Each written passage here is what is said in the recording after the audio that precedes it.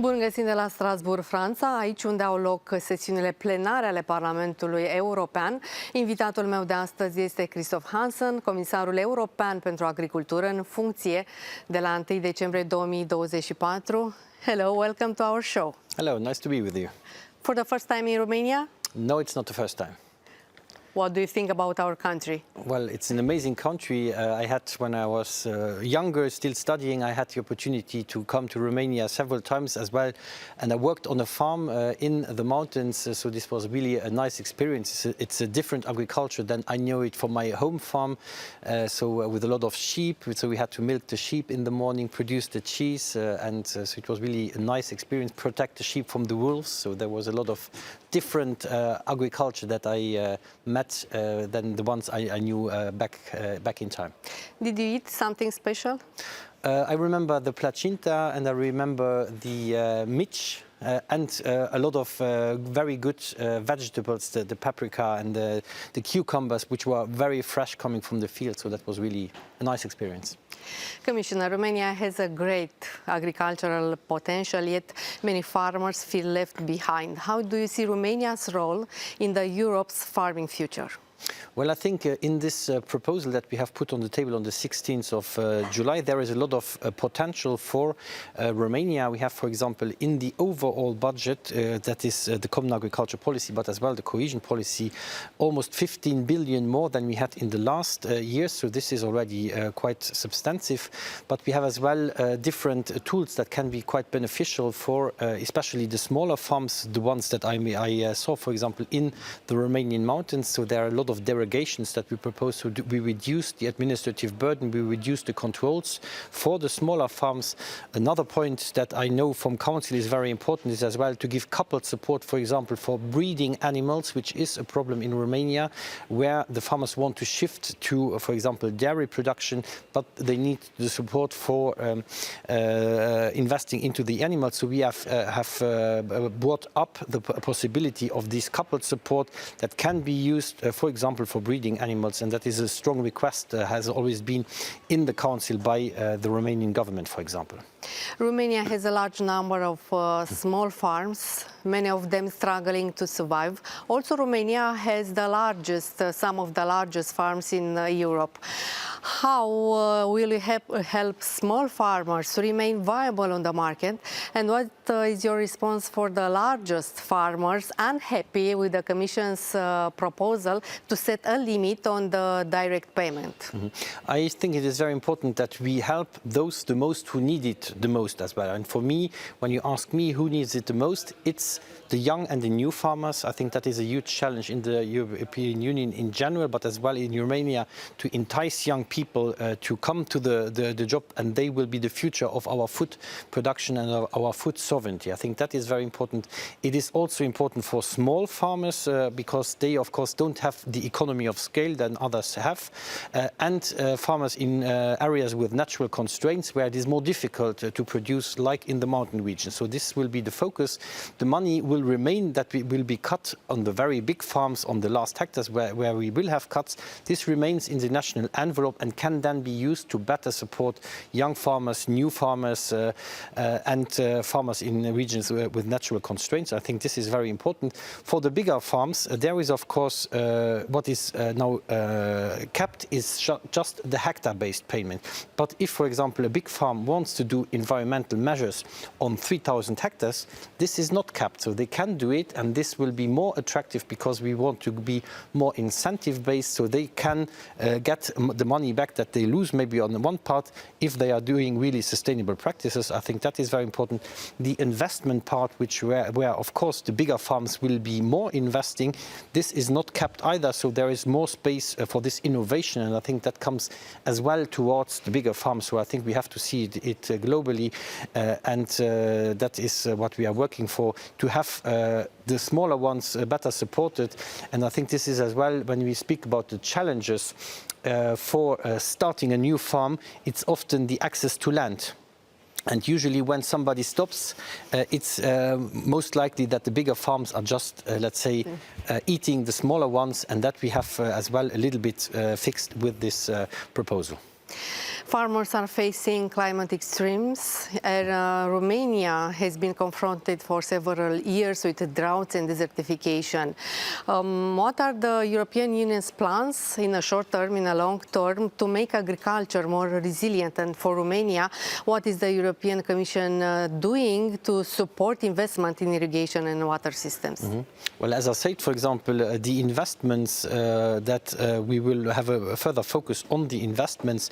This is very important that we have this not capped because I think the big farms need as well irrigation, and we need as well to look into new possibilities. For example, when it comes to new genomic techniques, that is a strong ask by the sector. Crops that are more resistant to droughts, crops that need less pesticides. I think this contributes there as well. But I also think that we have to invest again in water infrastructure, not only the direct irrigation, but as well the water retention, where we haven't done the sufficient all over Europe over the last years. And droughts or floods, it is not something that is isolated in one part or the other. I think it's becoming a general problem. Our farmers are the first victims of climate change, but they are as well the best line of defense against climate change. So I think there are a lot of agricultural practices where we can encourage them to adapt them to retain more water in the soils as well. I think that is one part. But we need as well to work on the insurance side, because a lot of farmers don't have an insurance when it comes, for example, to natural disasters, and that is something where we need to enhance the uptake, that this is secured. And then, of course, we have currently the so-called agriculture reserve. This is 450 million euros annually to deal with such crises. But since these crises are getting ever more frequent, we have as well proposed to double this amount in order to be better equipped to help the farmers when such catastrophes are happening.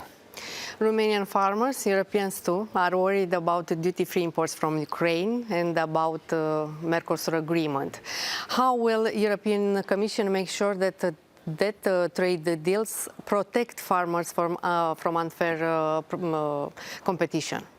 Well, first of all, maybe on Ukraine, there was indeed, over the last years, we had the so-called autonomous trade measures where we liberalized certain sectors, and this brought problems. And this has clearly been acknowledged, especially in the direct neighboring countries to Ukraine, including Romania, where these products then come firstly on the market. We have now in the new or the modernized deep and comprehensive free trade agreement cut down from these autonomous trade measures the quantities for sugar, for eggs, for poultry, for example, that were coming in during the liberalization.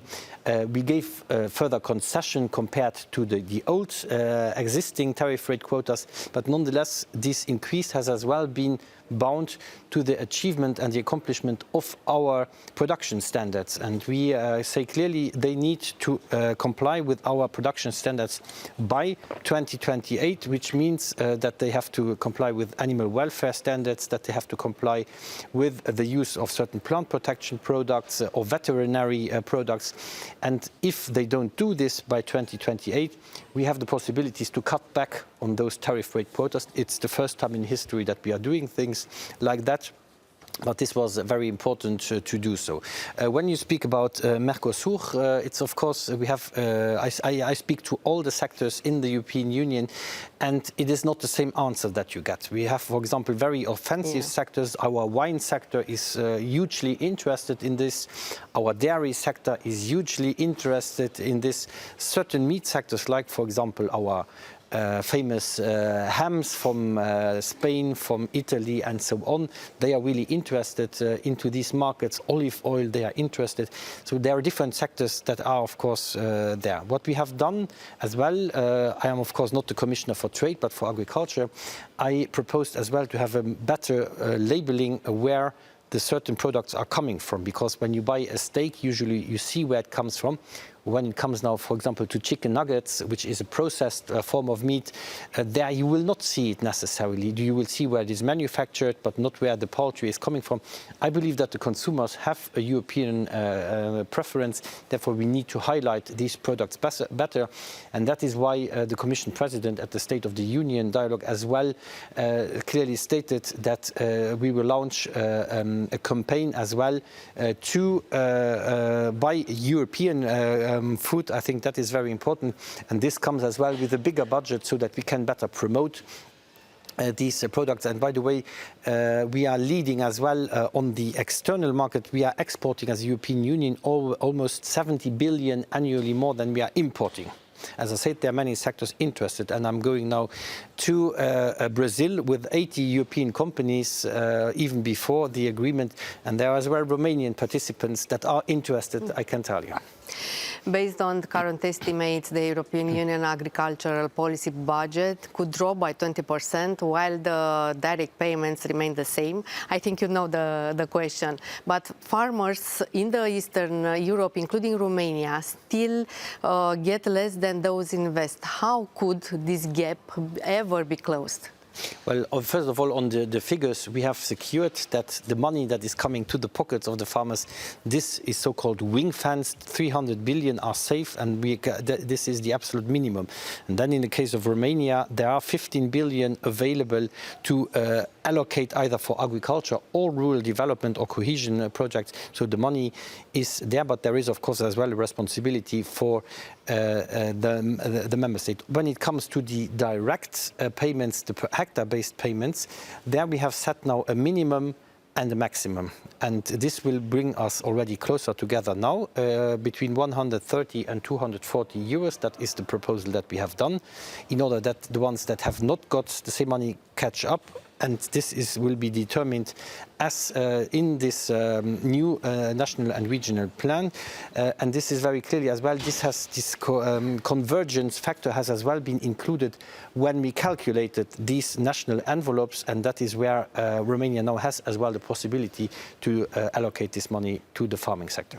Yes, but Romania is facing a serious budget deficit, and farmers worry that the government don't have enough money to add its share to the European Union support. How will you make sure that Romanian farmers don't lose out because of this? Well, first of all, not everything that is now in this proposal needs to be co-financed. I think that is the first answer.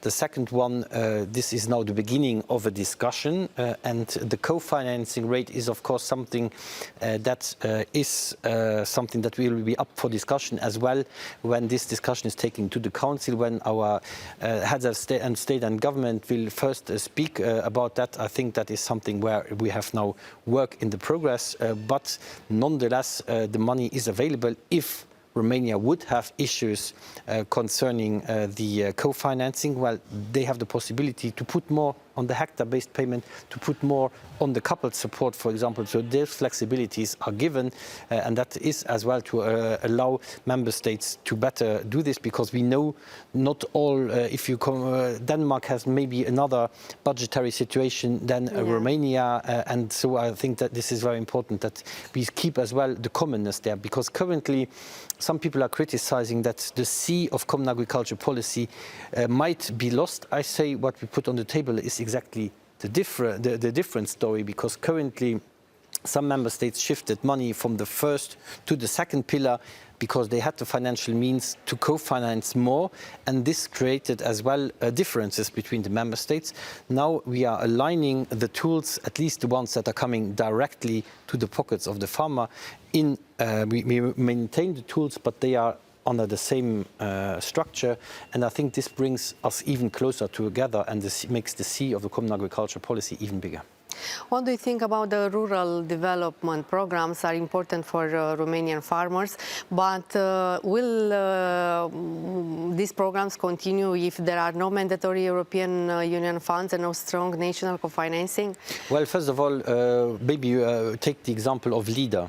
LEADER is rural development that is not only for the farmers, but let's say it is more for the rural community. Those programs are very important, and they remain mandatory. That is. So it will be, there will be. Yes, Yeah. and then the Commission will, of course, make recommendations to the member states when they elaborate their national and regional plans, and the mandatory character of LEADER is maintained. The mandatory character of off-farm investment in connectivity, for example, in rural areas, is maintained. And if one member state would come up with a plan and not doing one of these measures, well, the Commission will not accept it because we need to approve it. And this is the same way of functioning as we currently know it already with the CAP strategic plans, where we have a plan by member states. So this will, for agriculture at least, not be significantly different. And because you are in Strasbourg, should veggie alternatives be allowed to use names like burger or sausage? Because it was a great debate here. It was a great debate, but unfortunately we were speaking about having better prices for the farmers was one file, and the other one was on the simplification. I would have preferred that we would have sticked to what was really on the table. And I believe the consumer needs, of course, to know what he or she is eating, and we shouldn't impose anybody what they have to eat or what they don't have to eat. So I think the labeling needs to be very clear. It should not be misleading, and this will be, when we start now the interinstitutional discussions, will be on the table, and I think we have to find pragmatic solutions that is not deviating. We shouldn't play one against the other. That is not forward-looking. The last question, do you have any message for the Romanian farmers? Well, first of all, I'm looking forward to meet with them. I have a lot of meetings on the spot and conferences as well, so I'm looking forward to that and to explain as well the details. But also, I think it is very important that they see the possibilities of what we have to put on the table. A lot, and I suppose I'm hearing the same, is the complexity, the bureaucracy related to the common agriculture policy. What we have put on the table is probably the most simple from the bureaucracy side that has ever been there, as long as I can think at least. So I think there is a huge potential in this proposal, and we need to explain it, we need to work on it. But that is something that I am doing with the farmers, and that is why I'm coming to Romania to discuss this with them. Thank you very much for this interview. Doamnelor, domnilor, sunt Camelia Donțu, o zi excelentă!